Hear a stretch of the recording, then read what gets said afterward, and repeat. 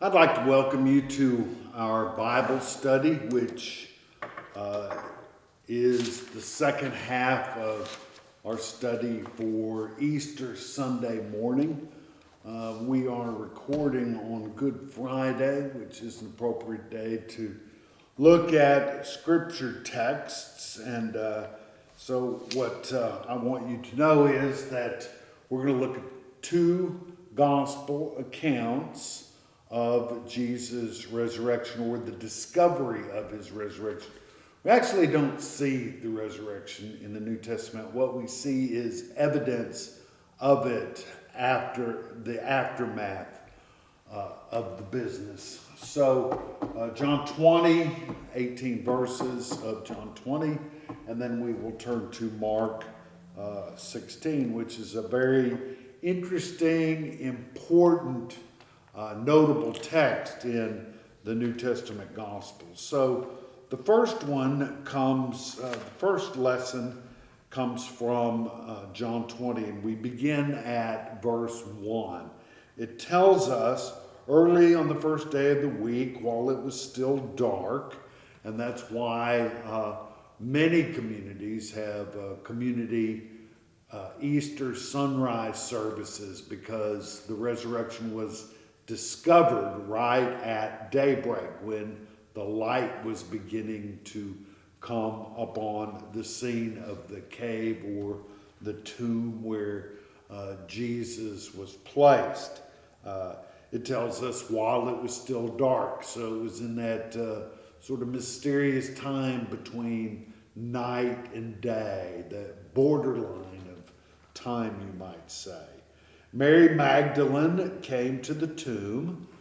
Mary Magdalene is she was from Magdala, which was a little village on the Sea of Galilee. So she had followed Jesus all the way from the north to the south to be near him. Lore tradition has it that she was his favorite disciple of all the disciples, even though she was a woman, and there's been a lot of resistance among male theologians over the years to give her any kind of status. But in some communities, she is known as the apostle to the apostles, because she was the first one, according to John anyway, that discovered the resurrection of Jesus. Mary Magdalene came to the tomb and saw that the stone had been removed from the tomb. Now, in the olden days, before they had locks like Master Lock or something like that, tombs were protected because sometimes things of value were placed in the tomb, and there were grave robbers or tomb robbers that would come and take these things. And so they would roll a gigantic stone across the mouth or the door or the portal of the grave, and it would take 3 or 4 men to be able to do that. And so removing a stone such as that, of that size, would be almost impossible for a single individual. So I'm sure that as she came to the tomb, she was wondering how she was going to get into it, because perhaps she was there to anoint Jesus' body. She saw that the stone had been removed from the tomb, so she ran and went to Simon Peter, the chief of the apostles, Simon Peter or Cephas, and the other disciple, the one whom Jesus loved. And this, of course, is probably a reference to John, the writer of this particular gospel. He likes to write himself into the story in a way, and he always calls himself the one whom Jesus loved. He was the favorite. And she said to them, "They have taken the Lord out of the tomb, and we do not know where they have laid him." Now, when she says we do not know, she may be speaking on behalf of Joanna and Mary, the mother of Jesus, and some of the other women that may have been with them. That to this point in this text, they're not mentioned, but when she says we, Mary Magdalene may be speaking of these other women. Then Peter and the other disciples set out and went towards the tomb. That is Peter and perhaps John, the other disciple. He's very coy in talking about this. He doesn't, come right out and say it was I that was Jesus' favorite. He just refers to himself as the favorite. The two were running together, but the other disciple outran Peter and reached the tomb first. This is a classic case of competition. That John, who's probably much younger than Peter, was faster than him and beat him to the tomb. In a way, this could suggest that he had more faith or devotion to Jesus because he was motivated to run faster. I'm not really sure what it is.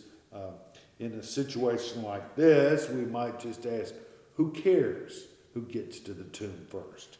But John, or the other disciple, the one whom Jesus loved, bent down to look in and saw the linen wrappings lying there, but he did not go in.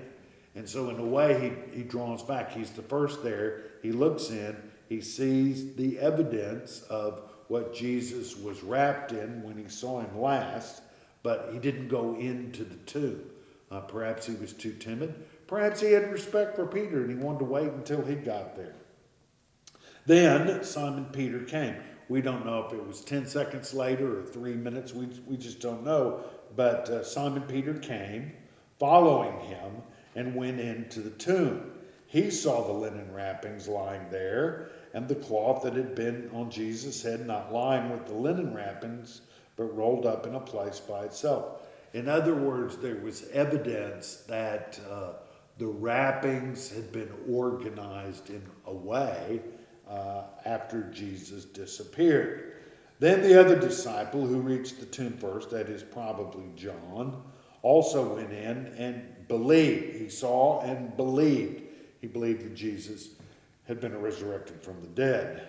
For as yet they did not understand the scripture that he must rise from the dead. But they are beginning to understand this. It's beginning to dawn on them at this dawn time that Jesus is no longer there. Then the disciples returned to their homes. So that is, when it says the disciples returned to their home, it probably means that John and Peter go back to the room where all the rest of the disciples are staying. And this is probably the room where Jesus will encounter Thomas later on that night. But Mary stood weeping outside the tomb. Mary is overcome by grief at this horrible circumstance that has happened to Jesus, and she wept. She wept like Lazarus, that people wept over Lazarus at his house when he was dead. As she wept, she bent over to look in at the tomb. She has not yet entered it. And then she saw two angels in white sitting where the body of Jesus had been lying, one at the head and the other at the feet. So she looks in, she sees these two, what she suspects are angels, and they're sitting calmly, one at the head, one at the feet of where Jesus had been. They said to her, "Woman, why are you weeping?" This is kind of a ridiculous question when you are at a cemetery at 6 a.m. in the morning and you discovered that the grave of your loved one has been robbed after he has just been placed there 2 days before. And so she said to them, "They have taken away my Lord, and I do not know where they have laid him." It's just a statement back. Jesus is gone. She wants to know where he is, but she doesn't know where they have taken him. When she said this, as she said this to these two angelic creatures sitting there, she turned around and saw Jesus standing there, but she did not know it was Jesus. This reminds me of the story that Luke tells on the road to Emmaus as he walks along with Cleopas and his partner, his companion. They're walking along, they're chatting with Jesus and everything. No one recognizes Jesus until they go to the house, sit down to dinner. Jesus blesses the bread and breaks it, and suddenly he appears to them. This is the same sort of thing. She sees Jesus, but she doesn't realize that it is Jesus. And then Jesus said to her, "Woman, why are you weeping?" Same question that the angels asked. "Whom are you looking for?" So, supposing him to be the gardener, she said to him, "Sir, you have carried him away. Tell me where you have laid him, and I will take him away." In other words, take him away to prepare his body for eternity, for being buried. And Jesus said to her, "Mary." Very significant turn of events here at the tomb. When Jesus says Mary, when the Lord calls her name, she recognizes him. I don't know how much you pay attention to the Liturgy of Baptism, but oftentimes in the Liturgy of Baptism, especially in the United Methodist Church, we make a big deal about what shall this child, or what is your name to be? Because when someone is baptized, they are not only baptized, they're also christened. People always talk about a baby christening. It's true, a baby's christened, which means it's given its Christian name, but it's also baptized. Children are baptized. We baptize people one time because we believe that when God baptizes somebody, God does it correctly. God does it right. It never needs to be repeated because God cannot wrongly baptize somebody. We can wrongly misunderstand it, but we cannot be wrongly baptized by God and the Holy Spirit. And so when he says Mary, there's great significance and great power in the name. And so she turns to him and said to him in Hebrew, Rabboni, and this just means teacher. And Jesus said to her, "Do not hold on to me, because I have not yet ascended to my Father." And so he is in some sort of spiritual transformation here, because he isn't bodily resurrected completely yet. Do not hold on to me, because I have not yet ascended to the Father. Once he ascends to the Father and then returns to make the resurrection appearances, then people can touch him, because he will be a corporeal body. But Jesus does give her some instructions. He says, "Go to my brothers," that is the other disciples, "and say to them, I am ascending to my Father and your Father, to my God and your God."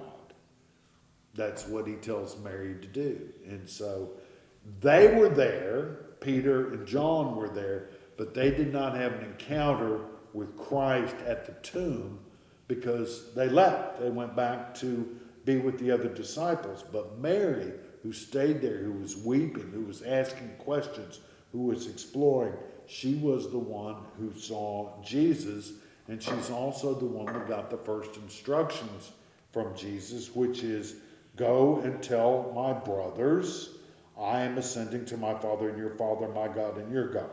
So Mary Magdalene went and announced to the disciples, "I have seen the Lord," and she told them what he had said, that he had said these things to her. What Mary did for the disciples was what Acts talks about when it talks about testifying, when it talks about giving a witness. And so that is the story of Jesus' appearance to John, Peter, and to Mary Magdalene at the tomb. And then we flip back to Mark. That's John's account of the resurrection. And we flip back to Mark to look at how Mark tells the story. And Mark tells the same story, but essentially with many, many different details.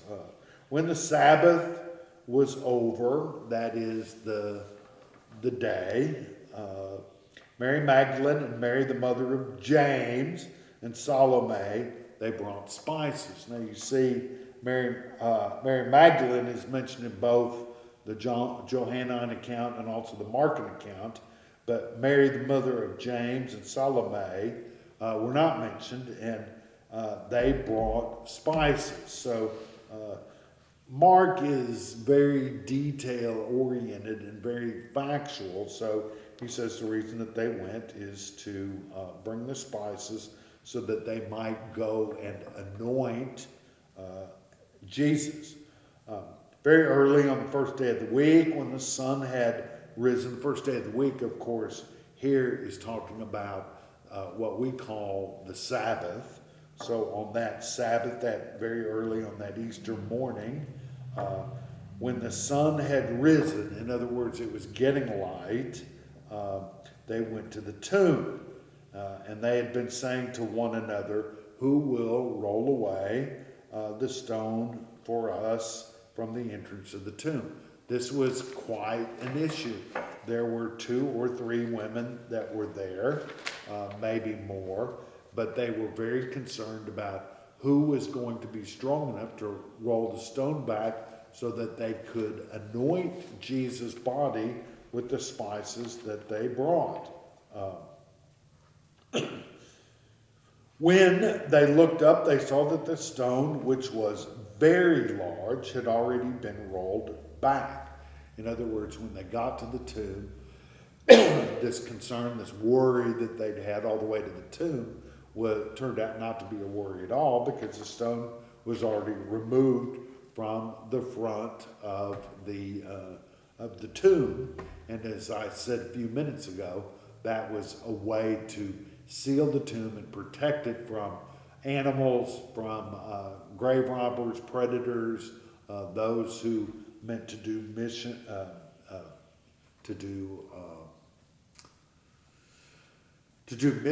to the business. As they entered the tomb, they saw a young man dressed in a white robe sitting on the right side, and they were alarmed. And naturally, you would be alarmed. You walk into a tomb and you see someone sitting in a white robe on the right side. You see how specific Mark is about that. And it creates alarm in the women. They are afraid. But this young man dressed in a white robe, this would give us, kind of the flavor of an angel. But he said to them, "Do not be alarmed. You are looking for Jesus of Nazareth, who was crucified. He has been raised, and he is not here."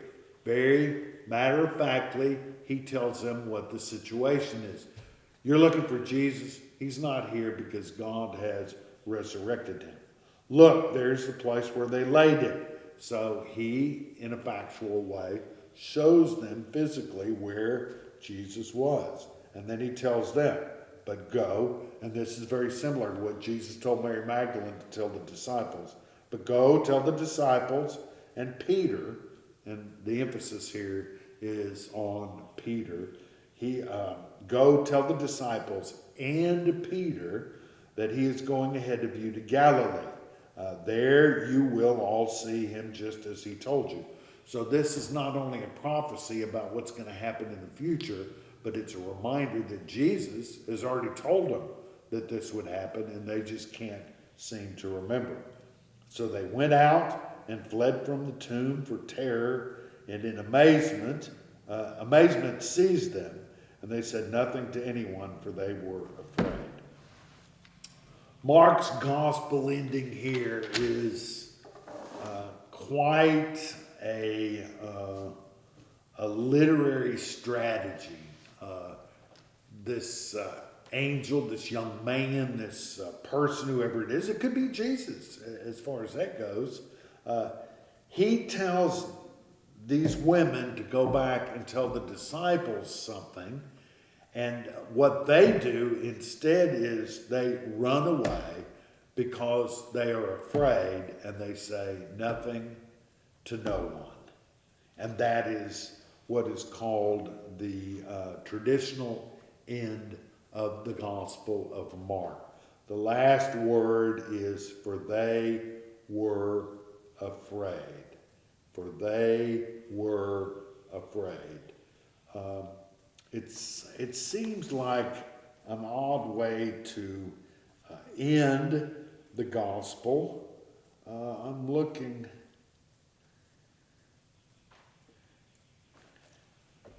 at the text and thinking, if I was reading this in the first, second, probably wouldn't have been reading it in the first century, because the Gospel of Mark was probably written late 60s or 70s. So by the time it got distributed, it'd be the second century, the 100s and above. But if you were reading it in the early church, you would just think, this ending, it's not neat. It's not cleaned up. It's got too many ambiguous possibilities to it. And one of the things that we all know is that we like a certain kind of ending to movies, to books, to television shows, to stories. I know that in music, you can end a piece of music on the wrong note, and it seems to just ruin everything that came before it, no matter how beautiful it was. And so there are certain sort of phrases that we use in music that are pleasing to the ear and therefore make a nice ending. Well, this ending in Mark's gospel of women being afraid after he said, you don't need to be afraid, and they are afraid, and he tells them what to do, and they don't do it, they just run away because they're afraid. It is very unsatisfactory. We want a better story.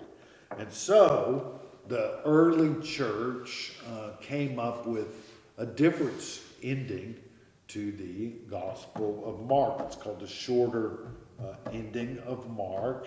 And, well, it's short, so I'll read it to you. This is the shorter ending, and it's not understood as canonical per se, but it is included in many study Bibles because it is part of the tradition of the manuscripts. And this is what it says. Verse 8 says, so they went out, fled from the tomb, for terror and amazement had seized them, and they said nothing to anyone, for they were afraid. And the shorter ending continues, and all that had been commanded them, they told briefly to those around Peter. And afterward, Jesus himself sent out through them from east to west the sacred and imperishable proclamation of eternal salvation. Now, doesn't that sound a lot better? It sounds more complete. It sounds like it's closed the loop. But even some people didn't think that was enough to satisfy the greatness of the gospel. And so we have what's called the longer ending of Mark. And it goes from a verse 9 all the way down to verse 20. So we have quite a bit. It talks about Jesus appearing to Mary Magdalene. It talks about Jesus appearing to the two disciples. It talks about Jesus commissioning the disciples. And then it also talks about the ascension of Jesus, which is something that Luke's gospel and the beginning of Acts will talk about. Very fascinating, and this is the text that I will be preaching on Sunday morning, Easter Sunday. So I'd like to thank you for being part of our Bible study this week, and I hope to see you soon. If you have any questions about Bible studies or interpretations or what's the best study Bible to get, you can always send emails to our email address here, sumc@saledoumc.org.